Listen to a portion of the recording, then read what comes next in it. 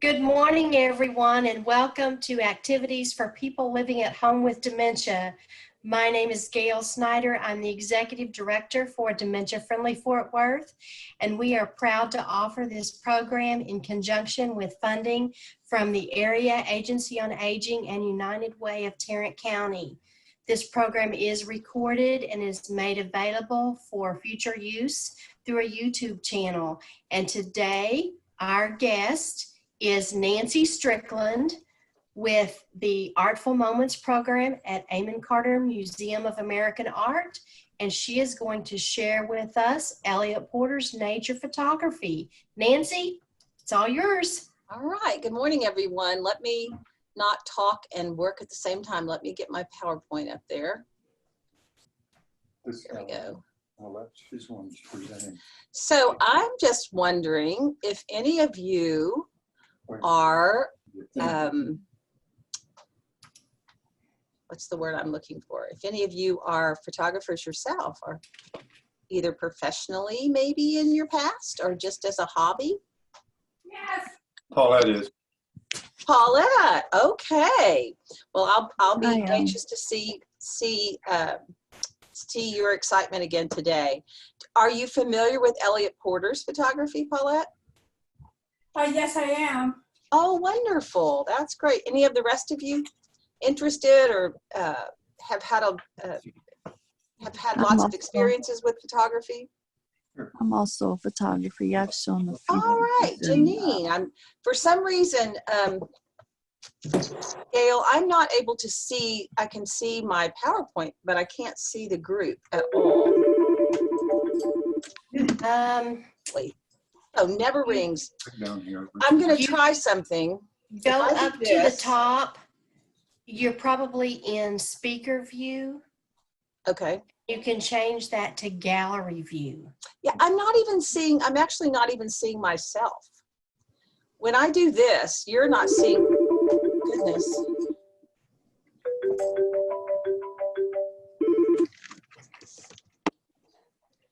I'll just keep going. I think I recognize your voices by this time. So if you can see the full screen, then that's wonderful. We can't see your screen yet. It's not shared. Oh, okay. Well, then that's what's Peggy. wrong. Peggy joined so she would learn what to do. And darn it, Peggy, I know what to do, but I just didn't do it right. I'm sorry. Okay. I'm just watching. Okay. So I have to, of course, that is our problem. I did not share the screen. So here's what I want to share. And then I'll open this up so you can see it full. And now I can see you there too. You go. So Yay. all good. So Elliott Porter really, I was never one really to take that many pictures. And really, I haven't traveled to nearly as many exciting places as Elliott Porter has. But I just love this nature photography and used to use it when I used to work with school-age kids when we were learning about different subjects and so forth. He led such an interesting life, and you'll see here that he was born in 1901 and lived a full 89 years. And what I think is really interesting about him, I'm going to try to put that back. What I think is really interesting about him is that he gained this interest in both science and nature, and I guess all three, and photography as a child. So even as a child, here he is, of course, as an adult, but even as a child, he was given a camera, and we'll get to that in just a moment, and took lots of pictures with that. So, and traveled the world. There is young Elliott Porter. Here he is as a young man. Any of you familiar with the Brownie camera? Absolutely, had one as a kid. Did you? I was Yep. hoping that some of you may have had one of those. You know then that a Brownie camera is, well, tell us what you did with yours and what you know about it, Steve. I don't know. I did. My mother did it. She cut the heads off of every person she took. That's the way it is. She couldn't even use a regular camera, but yeah, after that. But it's a very basic camera. Yes, it's very basic. It was made out of cardboard, actually. Yeah, just a you simple had box. a viewfinder you look through, He had the roll film you put inside, and when you're done, you roll it back and put it in to develop, and that was it. It That's was all it. black It and was- white. All And you black know, and white. Yeah. yes, and it was the Brownie camera that sort of made photography available Yes. to almost anyone because it wasn't terribly expensive and it wasn't difficult to use. So We had a smaller one, and then we ended up with a bigger one too, because they had several sizes of Brownie camera. So we ended up interesting. with 2 sizes of it. Yeah. Interesting. So it was kind of like today's. You guys remember the disposable cameras that we had right before our phone cameras and stuff now. Yeah, It was yeah. it was almost like that. You didn't throw the camera away, but it certainly it cost the equivalent of about $18 today. It was $1 or $2 to buy one at the time. So take a Right. look at that picture of Elliot Porter there at the top. He's out in nature, and he's actually has a strobe light system that he sort of put together and created the idea. One of the earlier focuses that he had, even as a child, he took pictures of birds in around his family home, and then as an adult, that was an interest to him, and he created a whole system in order to get up close to those birds. And it took lots of carrying in of equipment, lots of waiting, some very complicated technology at the time. And you can see that he can capture an image of this bird in motion without the blur, which was really quite amazing at the time. He started with black and white photography. And in fact, at the time that, you know, being born in 1901, so as a young man, when he's trying to maybe combine photography, which had been his hobby, with his career, he actually had a medical degree from Harvard and was a research scientist. But trying to sort of move from the science, using that as a background, understanding the technology and so forth, and moving into photography, he at first did take black and white pictures. And other photographers at the time, I wonder if any of you have heard of Ansel Adams. Yes. Mhm. Love him. I do too. And you know, they were contemporaries, and Ansel Adams and Elliot Porter had quite a disagreement. I don't mean they really disagreed directly, because I don't know whether they did, but I know that Ansel Adams and other black and white photographers thought that that was the only art, because the color was too realistic and the color couldn't capture the mood and so forth. And so Porter first started with black and white birds. But now I'm going to ask you something to really kind of think about a little bit. Looking at this bird photograph, how would this be different if it were in black and white? And maybe how would it be not as useful to, say, a bird washer? I think it'd be harder to make a definition of what's what if it was in black and white. Okay, I agree. Any other thoughts? Any It might bird? Go ahead. be more difficult to determine what type of bird it is. Yeah, you got to have the color. So, you know, something interesting, we had an exhibition of Elliot Porter's birds fairly recently. And in fact, the exhibition was photographs that he had taken many, many years ago. One of the books that he wrote, Moments of Discovery, Adventures with American Birds, he attempted to photograph them all. It was one of I think 25 books that he wrote in his lifetime. But yes, he started with black and white, and they were rejected because you couldn't tell, you know, what bird it was. So he goes back. I think I'm misspeaking a little bit. He started with black and white photographs, and they while they were shown in a major exhibition in New York, he couldn't get things published with them. So he moved to color and moved into doing these birds, and he takes them back to a publisher, and the publisher says, well, no, now it costs too much to publish the book since they're in color. So he was kind of taken aback again. But anyway, he eventually finished the project, and we had those in an exhibition. I've been here 15 years, and it was my first time to see all those bird pictures. And it was amazing, the apparatus that he used in order to capture those pictures of the birds. So I like to throw this one in because I think it says it's an interesting photograph and it says something about the man. So this picture was taken in 1975 and Elliot Porter was born in 1901. So he's 74 years old. Where do you imagine he might have been when he took this picture? He's either Greenland or Iceland. Oh, and you know what? He traveled in every continent in the world except Australia, I think. And he did go to Iceland and Greenland, but it's not Iceland and Greenland. It was a place that back in 75 would have been very hard for very many people to get to. Antarctica? Yeah, he was in Antarctica. And this is a story about his life that I think is kind of sad, but also just kind of wonderful. So he had to, be on a waiting list to get passage to Antarctica. And he got there, and shortly after he got there, he broke his leg and he had to leave. And he had to wait a whole another year to this bright season to come back. But anyway, he took this is a beautiful picture of an ice cave. And you can appreciate this picture for the science of it, the knowledge we might gain from looking at something like this, but also the beauty. I noticed the color. Paulette, what do you think?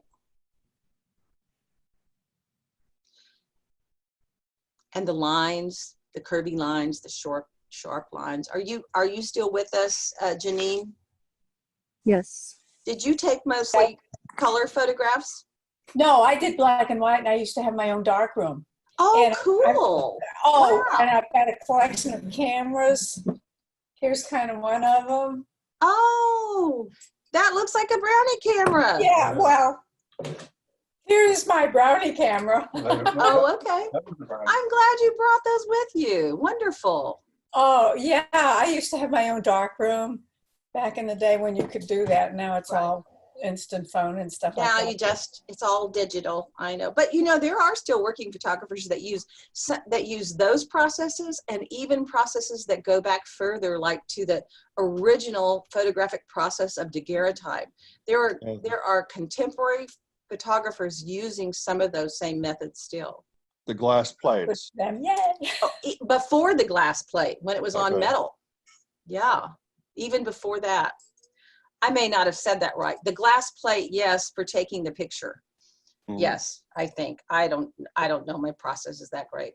So something that color can give us, and I'll show you this one from the Great Smoky Mountains. Lots of photography from the United States. And this one, what can this color photograph tell us that we wouldn't know if it were in black and white? Seasons of the year. Yeah, we can tell the time of the year. And maybe Porter even suggested that we could, we know more particularly about place when we look at something like this. I love the turning of the leaves. In fact, the last program I do with you guys is going to be it's going to be about fall color. We'll be in September. That'll be a little bit early for fall here. But I love these two. That picture you're showing there is very real. We lived in the Blue Ridge Mountains. Oh, you did. And so you see the mist in the morning. Looks very much, very, very realistic. I've never seen that, but I really want to take a road trip. That's why it's called the Great Smoky Mountains. Uh-huh. It looks like there's smoke on it all the time. It's not smoke.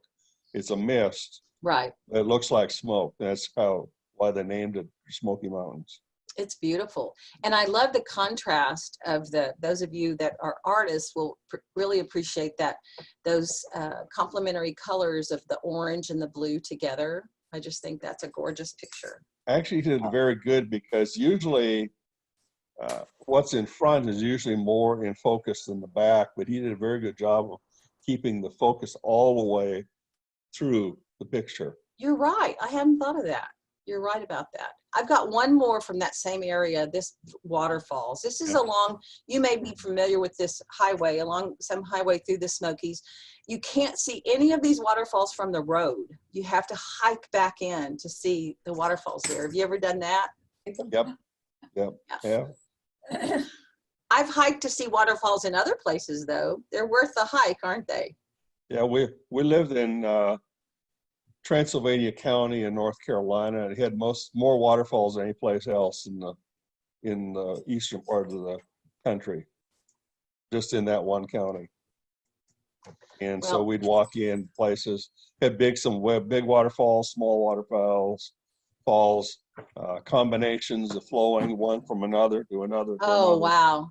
It was beautiful. Wow. I need to get seeing these things pretty soon before my wheels wear out. My hiking wheels wear out. So let's see what we have next. Oh, new place, new continent. Very unusual tree. Anybody know what this tree is?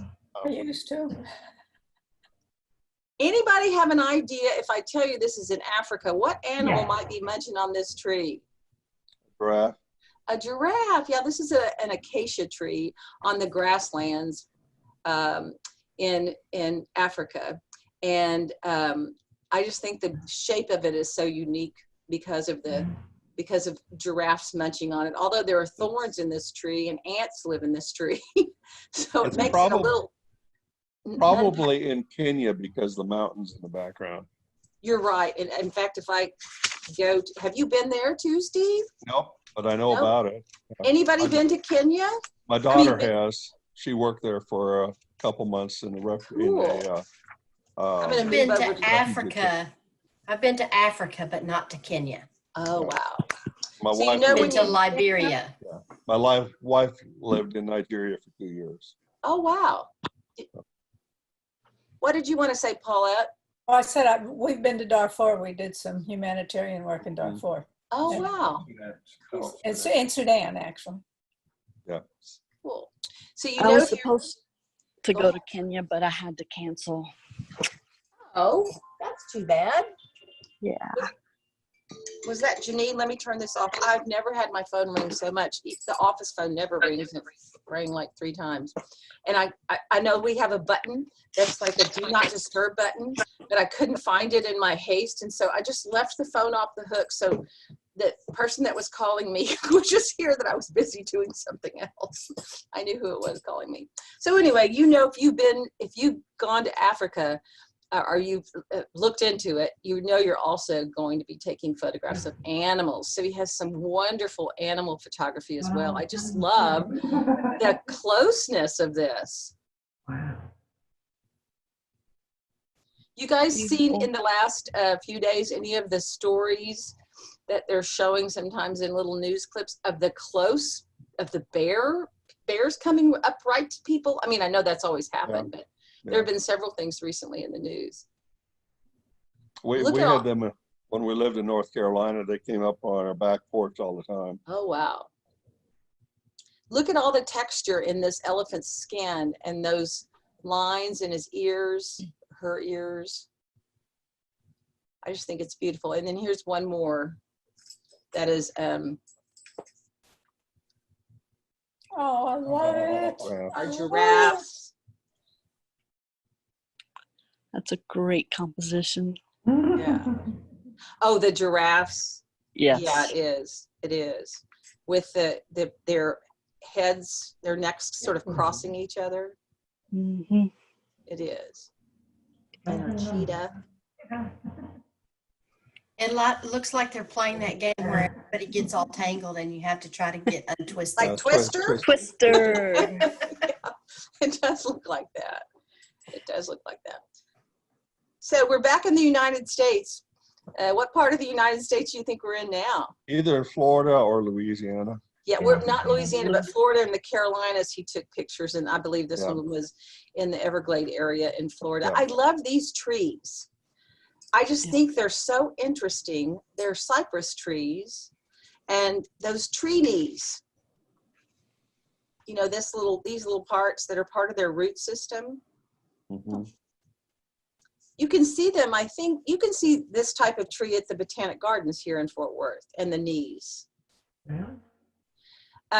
From what I looked at some years ago when I used to talk about this more, scientists didn't really ever agree as to why they had this. It might have had something to do with oxygen in, acquiring that, or maybe it was for stability in the wet land.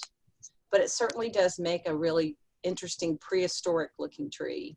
And, you know, talking again, based on what one of you said earlier, look how he's gotten, even though this is a little less in focus because of all the mist and everything, we can still see across this water.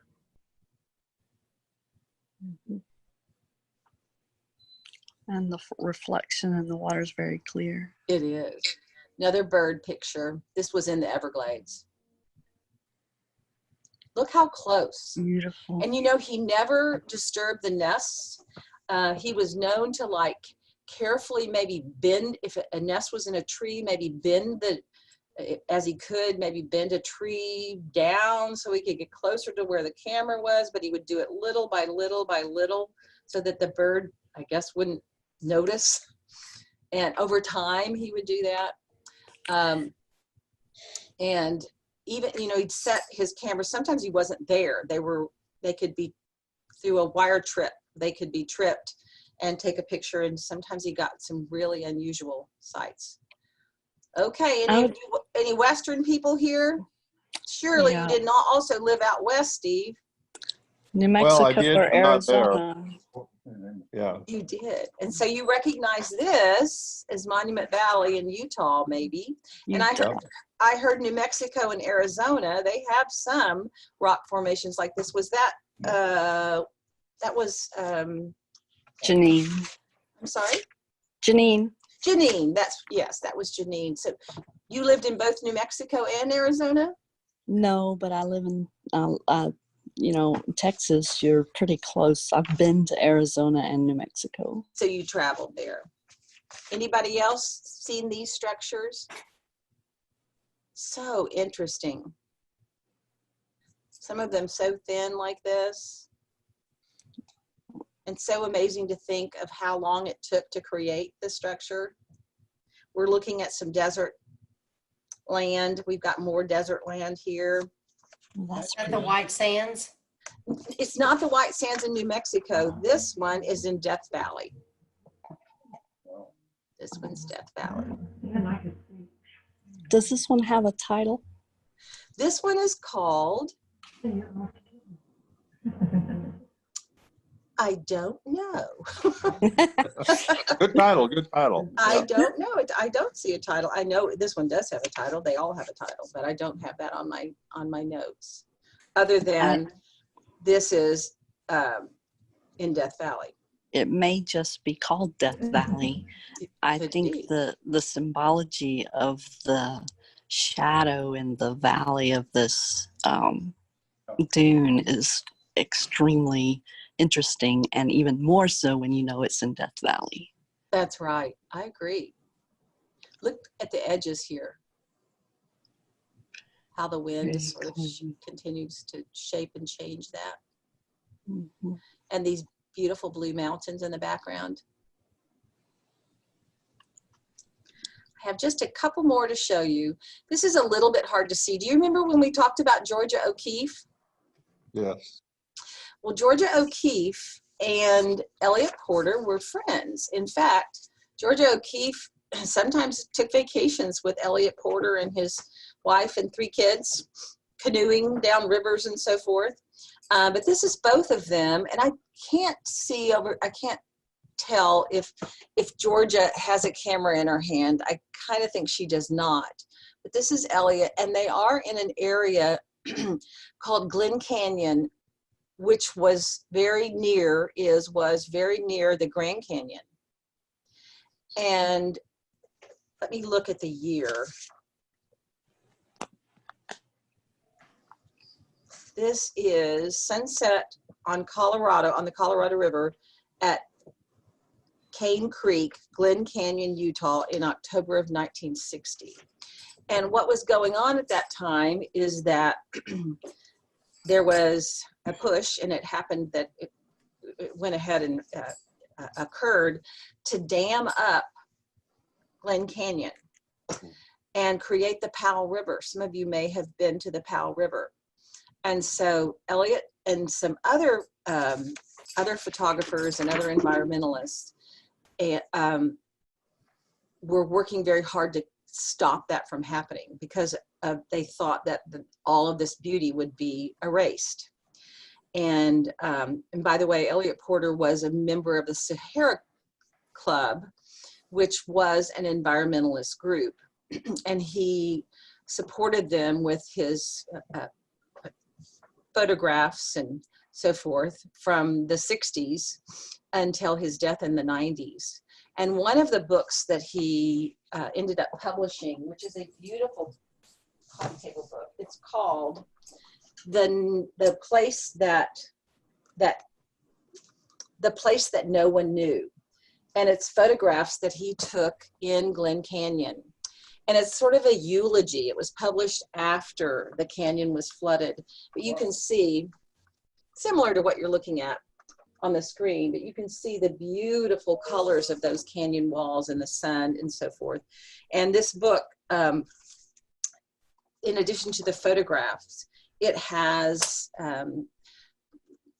the personal perceptions of the beauty of this space and the importance of this space, and the fact that it was, you know, right where they're standing in the picture is no more because it's covered with water now and won't be seen again, by others who had those same feelings and contributed to the book with narrative. Anyway, I thought that was cool. And I thought it was really cool that he spent, you know, his whole life with a passion, kind of going from his passion, I guess, for science and medicine and research, and then taking it to photography. And even as far as traveling to Antarctica when he was 74 years old. I just think he had a remarkable life. So in addition to the beauty of the photographs, and I think that's the last one. Oh, here he is, a bit older man. In addition to the beauty of the photographs, I just think that he led such a wonderful life and left such a wonderful legacy. And his archives are here at the Amon Carter Museum. So we have, you know, as I said, recently we had the bird photographs in a show. Some years ago, we had some Porter photography shown in conjunction with a contemporary color photographer and environmentalist. And it was nice to kind of see that. His name was Robert Glenn Ketchum, to see those things kind of side by side. So I hope that tells an interesting story to you. And Can we, there's some final questions or comments, or I can go back to any of the slides that you want. can you go back to the very first one, the first bird picture? There was something very important on that picture that we didn't mention at the time. Okay. Oh, there it is. Right there. The first, yes, that the bird's wings frame the nest with the baby bird in the open mouth. And Yes. when you were talking about the color versus black and white, that open mouth would have been just lost in the background, I think, if it had been black and white. It would have, you're right. I am so glad you woke up to be with us this morning, Janine. You added so much, and I can see that you know a lot about photography and have a passion for it too. I Yeah, do. I think it's I've shown a few pictures in art galleries over the years. Won a couple ribbons, but I haven't done it lately, and I'm trying to get back into it. So. Well, that would be good. That would be good. Call me, we'll get together. I didn't realize you were a photographer, Paulette. That's good to know. The days where I would sit in a dark room for hours on end, I kind of sometimes wonder, now that I have COPD, what was I breathing? Oh, no. So Nancy, I had another comment or thought about the very last photograph. Okay. I'm just doing this the old-fashioned way. Oh, okay. Go back one, not Back that one. one, but the one before that. So I'm looking at both of these photographs, and it looks as if the black and white with Elliot Porter and Georgia O'Keeffe, it looks like their backdrop is what's on the left side of the color photograph. Right. So like they're standing in front of those cliffs where it's dark. Well, you know, so much of the Glen Canyon, and you can still see, in fact, I went on a raft trip through the Glen Canyon because you can do that. You know, if you go on a raft trip through the Grand Canyon, you have to go for days. So you can go on an afternoon through part of Glen Canyon. And so much of the sides, you can still see some of the sides. You can't see it, you know, the full height of everything because so much is underwater. But what was I going to say? So much of the sides look like this. I just put those two pictures together. So I'm going to guess they're probably not in exactly the same place. Mm-hmm. But it kind of gives the appearance of that. Oh, it does. Yeah. You notice the rainbow in it? Mm-hmm. The rainbow. I didn't, Steve. I didn't notice that. Yeah. Beautiful. Mm-hmm. That's not a very good quality slide, and I apologize for that. I'm sure that picture is more clear than that. I'm looking on my phone, so it's kind of small. I don't see the rainbow. It's right here.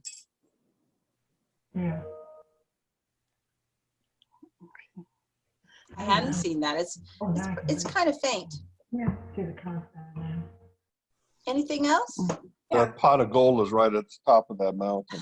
now. Right here. Right. Well, No, who was- no, over here. Oh, Go okay. to the right there, right where Okay. they're coming down. Let's Anyway, say, anyway. let's go then. Let's take a The trip. one in the background. What did you want to say, Paulette? Oh, it was a question. The woman photographer who did all the gorgeous black and white photos from the Depression in those years, what was her name? Well, I may ask Peggy. Laura Gilpin is someone in our collection who did Oh, no, not some her. photographs during that time period, but She you're was- thinking of Peggy. Who's she thinking of?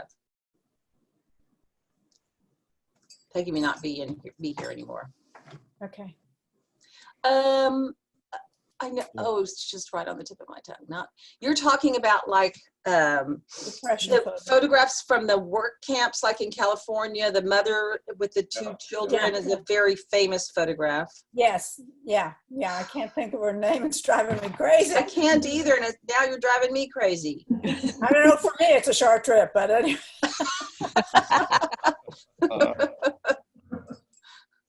Huh. I don't know. If you don't figure it out by next time, I'll try to figure that out by next time and let you know. And I'll be back next week. Oh, okay. Well, that'll give me time to find it. Yeah, next week we'll be doing we'll be looking at landscape paintings, which will be fun. Okay. And we'll be doing that from the gallery space, I hope. Cool. That's good. Sounds good. Okay. Oh, I'm looking forward to it. Yay. Okay. Thank you, Nancy. You're welcome. Thank I you. enjoy seeing y'all. Thank you. Thank you. Enjoyed it. so much. Yeah. All right. Bye-bye. Bye. Okay, so before we close and everybody starts to go away, let me give you a little highlight about tomorrow. Okay. Got her down for a coffee today, right now. I've already given you a tease for this.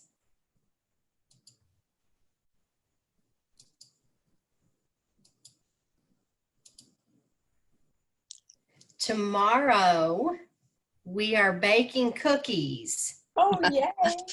So it's cookie conversations at 10:30. And yesterday in our session, we selected a chocolate crinkle cookie. And my son and I tested the recipe last night. Oh, you're breaking my heart. They are fabulous. You're going to be so thrilled.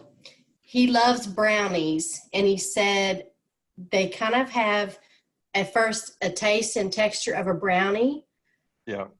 but they're almost better when they're cooled. Ooh. Yeah. So the picture that I showed yesterday does do the cookie justice. Let me see. I have another slide I can show you real quick for those who weren't here yesterday. See if I can get to it. There we go. This photograph that I pulled up online is very much like how the cookies turned out. Oh, they look good. So They crack me up. what's that? I said they crack me up. Oh, You have such a quick wit, Pauline. And I also want to remind you, I am putting in the chat box immediately following this, if you'd like to join me for our 5th Street Cafe Zoom chat. We will just have conversation. Last week we got to know one another a lot better. And so I'm putting that in the chat box right now. When is it? Right now. As soon as we end this one, we go to the other one, and so it starts immediately following this, but unfortunately we have to go to a different room. I am going to take just a moment to get a glass of water and something to eat. Okay. And then, and then you'll join us there. I will. And I have some of my photographs that I can show you guys if you want. Oh, that'd be great. So you should see the link in your chat box. All you have to do is click on that link and you'll meet me in the other room. Yeah. All Okay? right. Thank you, All Gail. right, hope to see you all Thank there. Y'all you. have a Bye, great rest everybody. of the day. All right. Bye.